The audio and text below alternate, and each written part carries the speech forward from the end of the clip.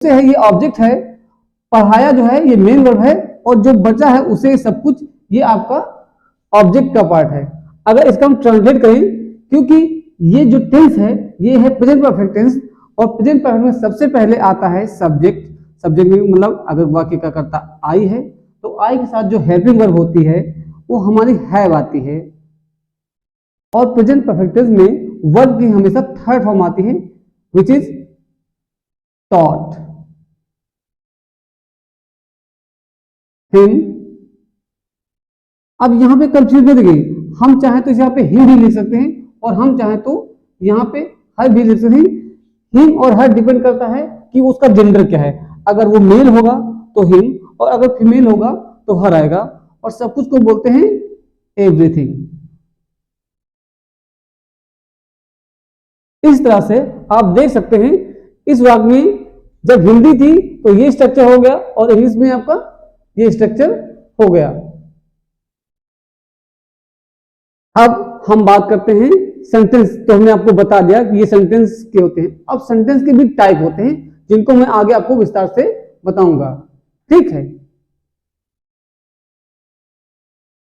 दोस्तों। अभी तक मैंने आपको बताया कि सेंटेंस कैसे बनता है। अब मैं आपको बता रहा हूं कि उन सेंटेंस के कितने टाइप्स होते हैं। सबसे पहले मैंने आपको बताया था कि सेंटेंस की सबसे छोटी इकाई क्या होती है। अब मैं आपको बताने जाऊं कि सेंटेंस की सबसे बड़ी इकाई क्या होती है। अगर देखा जाए तो सेंटेंस की सबसे बड़ी इकाई तो पैराग्राफ होती है, लेकिन पैराग्राफ को भी बनाने के लिए भी हम सेंटेंस का प्रयोग करते हैं। तो अब मैं सबसे पहले आपको बताऊंगा कि टाइप ऑफ सेंटेंस या काइंड्स ऑफ सेंटेंस। देखिए, जब हम काइंड्स ऑफ सेंटेंस की बात करते हैं तो इसमें जो सबसे पहला जो आता है वो हमारा होता है अफर्मेटिव सेंटेंस। अफर्मेटिव सेंटेंस का मतलब होता है सकारात्मक वाक्य। वे वाक्य जिनमें किसी कार्य के करने या होने के बारे में हमें कोई सूचना प्राप्त होती है उसे हम बोलते हैं अफर्मेटिव सेंटेंस। और इस वाक्यों के बारे में जब हम बात करते हैं तो सबसे पहले ये देखेंगे कि इसका डोर सब्जेक्ट क्या है। सब्जेक्ट का मतलब होता है वह व्यक्ति जिसके द्वारा कोई कार्य किया जाता है, और यह सब्जेक्ट आपका नाउन या प्रोनाउन कोई भी हो सकता है। एग्जाम्पल के लिए यहां पे मैं लिखता हूं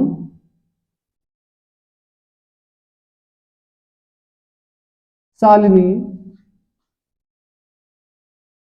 goes to school. Shalini goes to school. इस वाक्य में आप देखिए शालिनी सब्जेक्ट है जो एक नाउन है, और शालिनी कौन सी क्रिया कर रही? शालिनी स्कूल जाने की क्रिया करती है, तो हम कहेंगे शालिनी स्कूल जाती है। दूसरा sentence I teach you English grammar. देखिए वहां पे अगर पूरा सेंटेंस नहीं है तो हम इसके नीचे आप लिखे दे रहे हैं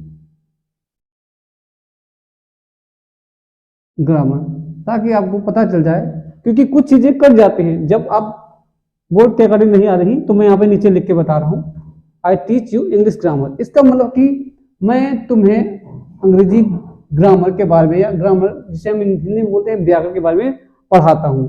तो इस तरह से हमने देखा शालिनी स्कूल जाने का काम करती है, मैं आपको अंग्रेजी पढ़ाने का काम करता हूं। अब इन्हीं वाक्यों को अगर हम निगेटिव फॉर्म में कहें, निगेटिव का मतलब होता है वे वाक्य जिनमें कर्ता जो कार्य करता है वो अब नहीं करता है, या हिंदी का नहीं शब्द आ जाए। अब देखिए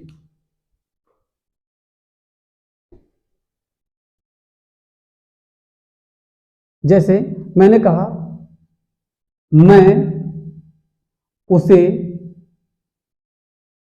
नहीं पढ़ाऊंगा। मैं उसे नहीं पढ़ाऊंगा। इस वाक्य में सब्जेक्ट मैं है जो आपका एक प्रोनाउन है, और वो कह रहा है कि कौन सी क्रिया लिखो, मैं उसे नहीं पढ़ाऊंगा। तो यहां पे होगा I will not teach him. देखिए मैं उसे नहीं पढ़ाऊंगा, अगर यहाँ पे आई लिखा है उसका विल लिखा है, और यहाँ पे जो नॉट आ रहा है ये दिखाता है कि ये वाक्य निगेटिव है, और नॉट हमेशा और हमेशा हमेशा हेल्पिंग वर्ब के बाद आता है, और इस हेल्पिंग वर्ब को हम बोलते हैं प्राइमरी वर्ब। जो आगे आपको मैं जब टेंस के बारे में पढ़ाऊंगा तो बताऊंगा कि नॉट कहां पे आएगा और कैसे हम नेगेटिव सेंटेंस को बना सकते हैं। ये सेंटेंस जो होते हैं वो टोटली डिपेंड होते हैं कि उसका टेंस क्या है और उसका काइंड ऑफ सेंटेंस क्या है। अब मैं आपको बताता हूं इंट्रोगेटिव। देखिए दोस्तों, इंट्रोगेटिव जो होता है ये किसी भी वाक्य में प्रश्न का काम करता है, और इंट्रोगेटिव के बारे में कहा जाता है कि ये दो प्रकार के होते हैं। जब हम दो प्रकार की बात करते हैं तो हम पहला जो होता है उसे हम बोलते हैं यस और नो टाइप। दूसरा होता है double question word, double question word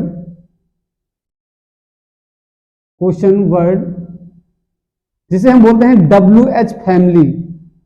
WH family हम आपको इसके बारे में आगे बताएंगे कि WH फैमिली का मतलब क्या होता है।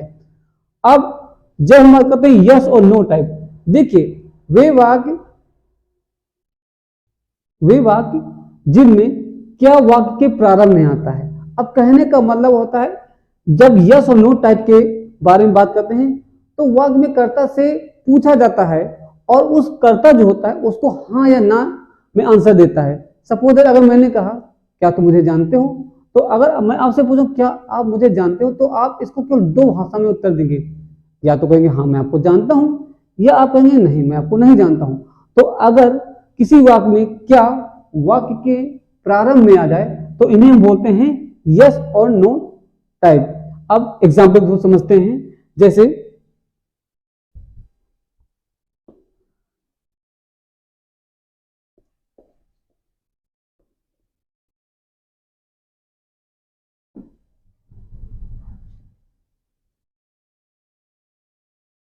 क्या तुम मुझे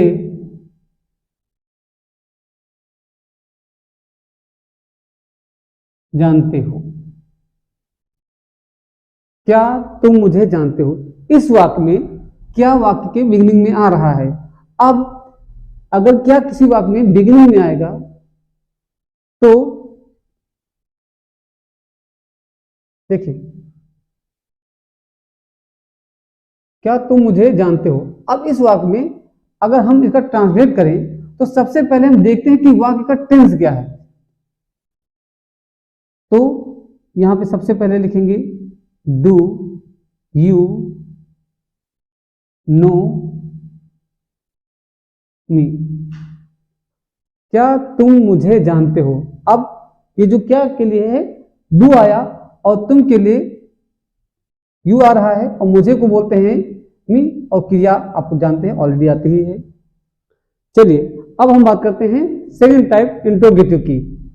सेकंड टाइप इंट्रोगेटिव का मतलब होता है वे वाक्य जिनमें क्या कहां कैसे कौन आदि शब्द वाक्य के बीच में आते हैं, इसलिए इन वाक्यों को बोलते हैं WH फैमिली। WH फैमिली का मतलब होता है जिसमें सबसे पहले क्वेश्चन वर्ड आएगा, क्वेश्चन वर्ड के बाद टेंस के पर्सन तथा नंबर के अनुसार उसकी हेल्पिंग वर्ब आएगी,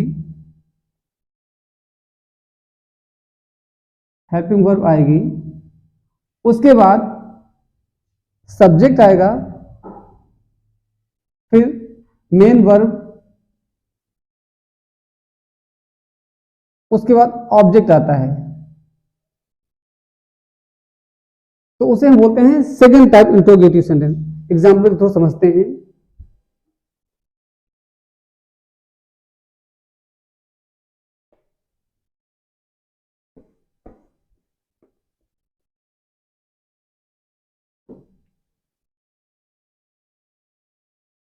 तुमने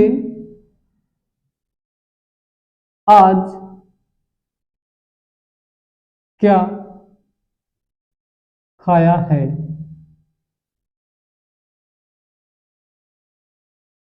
इंट्रोगेटिव की सबसे बड़ी पहचान जो होती है कि अगर हम वाक्य में हिंदी में लिखेंगे तो उसके लास्ट में क्वेश्चन वर्ड का साइन जरूर आएगा। और लेकिन याद रखिए केवल लिखने में आता है, बोलने में कभी नहीं कि हम किसी से बोल रहे हैं तुमने आज क्या खाया, बाद में इंटरोगेटिव का साइन बोल रहे हैं। तो याद रखिएगा, केवल लिखने में होता है, बोलने में नहीं होता है। इनको हम पंक्चुएशन वर्ड भी करते हैं, जो हम आपको आगे पढ़ाएंगे। अब ये जो सेंटेंस आपने देख रखा है या लिखा हुआ है, इसमें सबसे पहले आप देखें यहाँ पे क्या वाक्य के बीच में आया है। अब अगर क्या वाक्य के बीच में आ रहा है तो सबसे पहले हम इसकी इंग्लिश को लिखेंगे, जो कि होगी व्हाट, और ये प्रेजेंट परफेक्ट टेंस है। और जब हम प्रेजेंट परफेक्ट की बात करते हैं तो प्रेजेंट परफेक्ट की हेल्पिंग वर्ब जो होती है वो हैज और हैव होती है, जो टेंस के कर्ता व उसके नंबर के अनुसार आती है। अब अगर इसका सब्जेक्ट प्लूरल है तो यहाँ पे आएगा हैव, और अगर ये सब्जेक्ट सिंगुलर होता तो यहाँ पे आता हैज। अब सब्जेक्ट आएगा यू, और प्रेजेंट परफेक्ट में हमेशा वर्ब की थर्ड फॉर्म आती है, तो बोलेंगे eaten. What have you eaten today.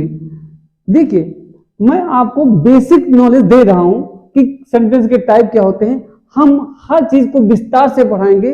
जब हम आपको आगे टेंस पढ़ाएंगे तो हम आपको बताएंगे कि ये जो इंटरोगेटिव आप पढ़ रहे हैं, इसके 2 टाइप नहीं होते, इसके 4 टाइप होते हैं। और जब आप आगे पढ़ेंगे तो हम आपको आसानी से इसके बारे में समझा देंगे कि इंटरोगेटिव सेंटेंस क्या होता है। चलिए आगे बढ़ते हैं।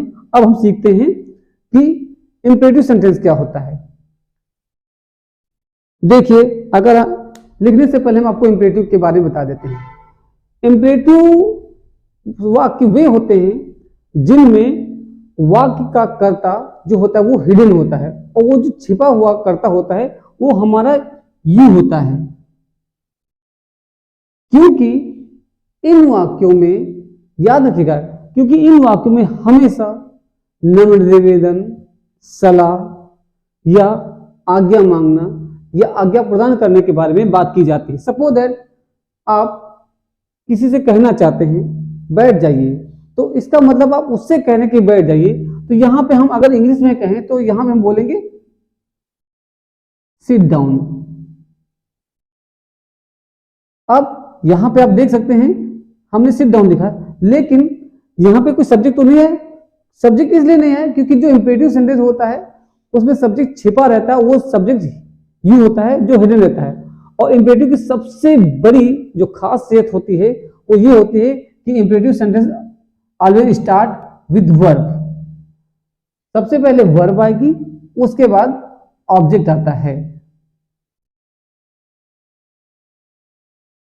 अब जब हम इसके बारे में बात करते हैं तो इस तरह से कई सेंटेंस बनाए जा सकते हैं।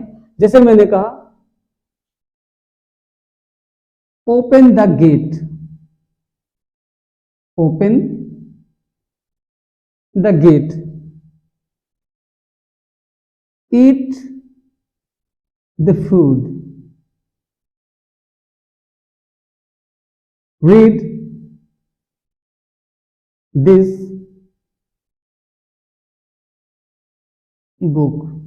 इस तरह से इसे इंपेरेटिव कहते हैं। हम एक सेपरेट वीडियो बनाएंगे जिसमें इंपेरेटिव को पूरी तरह से आपको बताएंगे इंपेरेटिव सेंटेंस क्या होते हैं और इंपेरेटिव को कितने प्रकार से बनाया जा सकता है। अभी तो हम आपको केवल काइंड्स ऑफ सेंटेंस के बारे में बता रहे हैं, और जो हम आगे वीडियो बनाएंगे उसमें हम इसके बारे में विस्तार से बताएंगे कि इंपेरेटिव सेंटेंस क्या होते हैं, और सेंटेंस के थ्रू आपको बताएंगे विद एग्जाम्पल जो होंगे, उससे आप पता चलेगा कि इंपेरेटिव एक बहुत बड़ा चैप्टर होता है जो एक वीडियो में कवर नहीं किया जा सकता है। चलिए आगे बढ़ते हैं। अब हम सीखते हैं कि एक्सक्लेमेटरी सेंटेंस क्या होता है।